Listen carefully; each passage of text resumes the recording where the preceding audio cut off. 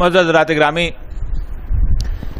آج کے دور میں جس میڈیا کے اندر آپ لوگ ہیں، سید الانبیاء صلی اللہ علیہ وآلہ وسلم کی اس دور کے بارے میں ایک حدیث جو ہے وہ بالکل اس کے مصداق ہے۔ آپ نے فرمایا دجال کی آمد سے پہلے کے چند سال دھوکے اور فریب کے سال ہوں گے۔ میڈیا بنیادی طور پر ایک دھوکہ ہے، ایک فریب ہے، ایک جھوٹ ہے جو یوں لگتا ہے کہ آپ کو سچ بولا جا رہا ہے اور سچائی کی بات ہو رہی ہے۔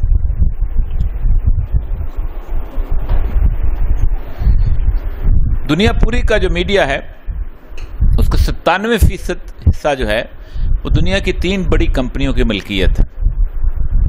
سب سے پہلا جو 37% میڈیا ہے وہ والٹ ڈزنی کی ملکیت ہے، جس کو آپ سب لوگ جانتے ہیں، جس کے سارے بورڈ آف گورنرز میں یہودی شامل ہیں۔ دوسرا اس کے بعد روپرٹ مرڈاک کی کمپنی ہے، اور روپرٹ مرڈاک کی جو کمپنی جس سے نیوز آف ورلڈ وغیرہ شامل ہیں، جس کے پاس ٹائمز ہیں، دوسری چیزیں ہیں، اس کی 4 بنیادی صفات بتائی ہیں میڈیا میں۔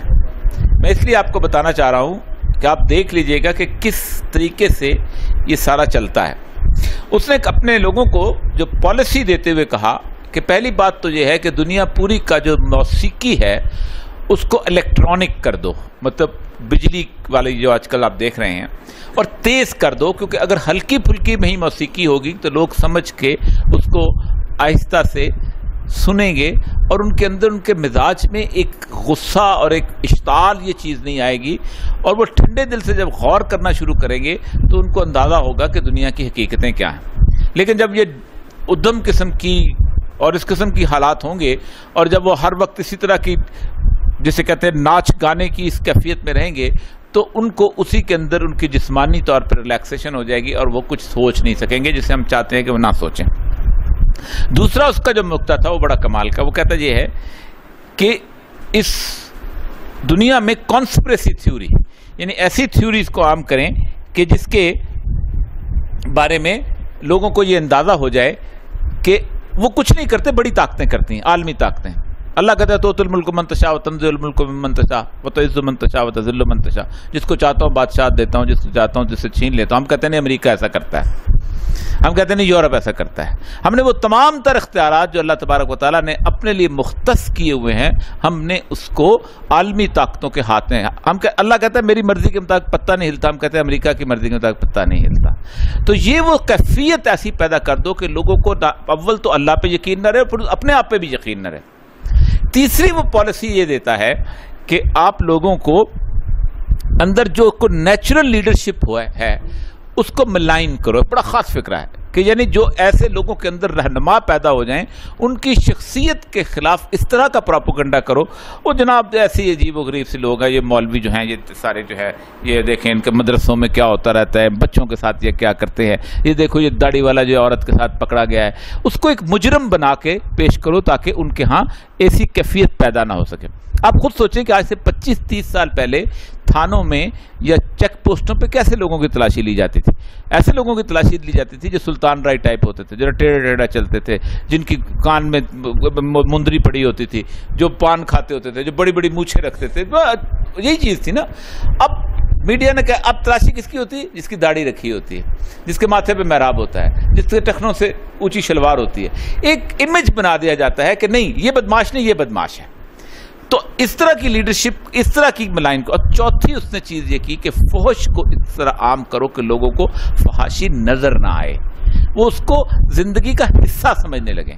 مطلب آپ یہ جو الیکٹرانک میڈیا، جو ٹی وی ہے، یہ 5واں فرد بن چکا ہے آپ کا۔ باپ ہے، بیٹا ہے، بیٹی ہے، ماں ہے، اور باقی چاروں سو جاتے ہیں لیکن یہ جاگتا رہتا ہے۔ اور اس جاگتے کے اندر ہونا تو یہ چاہیے تھا کہ جس طرح باقی چاروں جو ہیں وہ لباس پہنتے ہیں، جس طرح باقی چاروں زندگی گزارتے ہیں، اس 5ویں فرد کو بھی ویسی گزارنی چاہیے، لیکن نہیں۔ لیکن کیا مجھے دنیا کی ماڈرن ترین گھر کے اندر، جو کہ سارے کے سارا اتنا ماڈرن ہو کہ جس نے دنیا میں اخلاقیات بھی ختم کر دی ہوں، اس کے اندر بھی کوئی بیٹی اپنے باتھ روم سے نکل کے اپنی ٹانگیں دکھاتے ہوئے یہ نہیں کہتی کہ دیکھیں اس کریم سے میری ٹانگیں کتنی نرم ہو گئی ہیں، لیکن میڈیا میں وہ دکھائی جاتی ہیں اور ہم اس کو روٹین میں لیتے ہیں، ہم اس کا اندازہ تک نہیں ہوتا کہ یہ کیسے ہو گیا ہوا. یعنی اس طرح فحش کو عام کرو کہ جیسے لوگ اس کو سمجھیں کہ یہ کوئی فحش ہے نہیں. یہ وہ 4 بنیادی. اس کے بعد تیسری جو ہے ٹی ڈی ٹرنرز کی کمپنی ہے. باقی سارے کا سارا جو میڈیا ہے وہ اس کا ایک قسم کا محتاط, ایون الجزیرہ تک انہوں نے خرید لیا ہوا ہے. ہوتا یہ ہے کہ وہ چند چیزیں آپ کی لگاتے ہیں, مطلب مجھے اگر وہ وہاں اپنا بٹھاتے ہیں یا میری کالم چھاپتے ہیں یا مجھے, تو وہ اس لیے بتاتے ہیں کہ آپ جیسے لوگ اسے دیکھنا شروع کریں, اور پھر باقی جن لوگوں کو انہوں نے اس کبوتروں کو کیچ کرنا ہے, اس کو ان پہ انہوں نے دانہ ڈالنا ہے, تو وہ ان کو ڈل سکے. وہ اپنے آپ کو یہ ثابت کرنے کی کوشش کرتے ہیں کہ ہم بہت آزاد ہیں, ہم سارے نقطہ نظر کو پیش کرتے ہیں, اور جہاں کسی کی اس کو آواز کو بند کرنا ہے وہ اس کو کر دیتے ہیں. یہ بنیادی طور پر میڈیا, وہ جو سید الانبیاء صلی اللہ علیہ وسلم کی وہ حدیث ہے کہ دھوکے اور فریب کا سال ہیں, اور اس دھوکے اور فریب کے سالوں کے اندر آپ کو کیسے اس کے ساتھ آگے بڑھنا ہے. اکثر اوقات میں یہ کہتا ہوں کہ ایک جنگ ہے, اور یہ وہ ہتھیار ہے کہ جس ہتھیار سے آپ سے جیتی ہوئی جنگ آپ سے چھینی جاتی ہے. آپ اندازہ کریں کہ گزشتہ 400 سالوں کے اندر افغانستان میں سب سے پرامن دور جو تھا یہ 1996 سے لے کے 2001 کا تھا. پولیٹیکل سائنس کے اصولوں کے مطابق ریاست کامیاب وہ ہوتی ہے جہاں ریاست جو ہے وہ نظر نہ آئے, مطلب سپاہی نہ ہو رہا ہو اس کے باوجود بھی لوگ اشارے کی پابندی کر رہے ہو, تھانہ نہ ہو لیکن اس کے بعد امن ہو. یعنی 7 لوگ تھے اسپن بلدک کے اندر اور طالبان کے زمانے کے اندر, اور آپ بلینز کا کاروبار وہاں ہوتا تھا, لیکن وہ پرامن اور صرف ٹریفک دیکھتے تھے.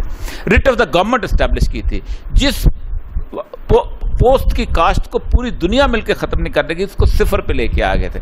امن و امان کا حال یہ تھا کہ جلال آباد سے کابل تک اور کابل سے قندھار تک عورت لدے پدے سے چلتی تھی, لیکن اس کو کچھ خوف نہیں ہوتا تھا.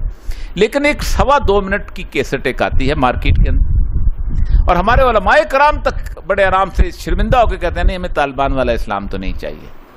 یہ ہے میڈیا کا زور, یہ ہے میڈیا کی طاقت.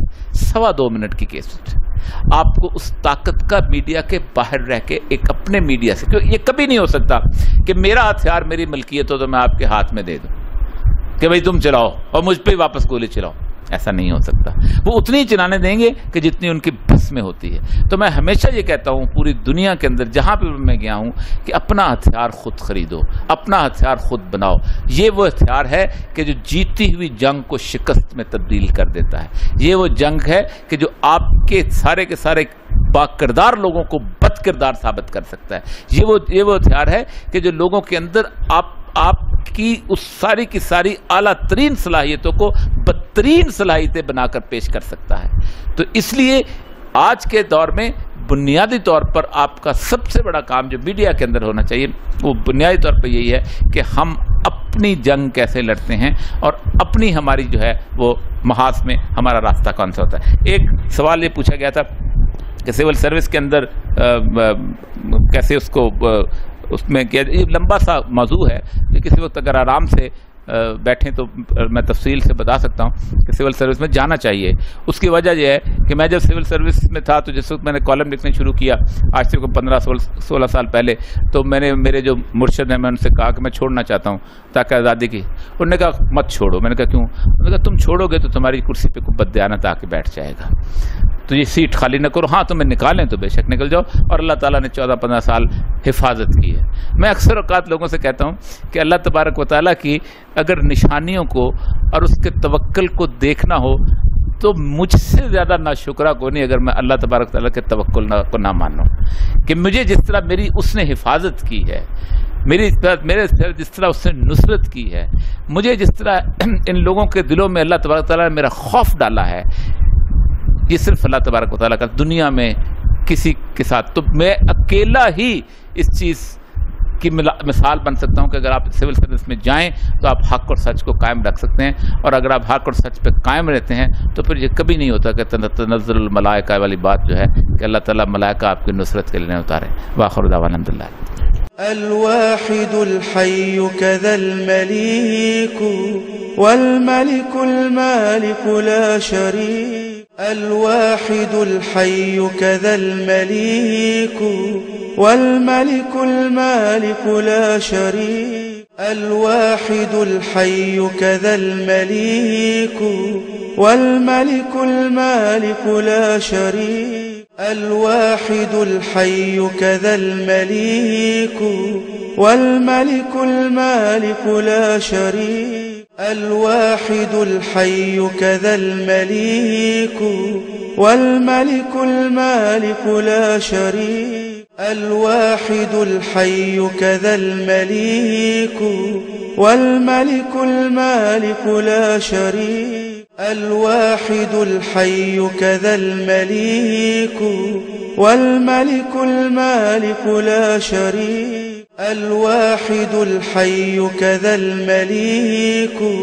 والملك المالك لا شريك. الواحد الحي كذا المليك والملك المالك لا شريك. الواحد الحي كذا المليك والملك المالك لا شريك. الواحد الحي كذا المليك والملك المالك لا شريك.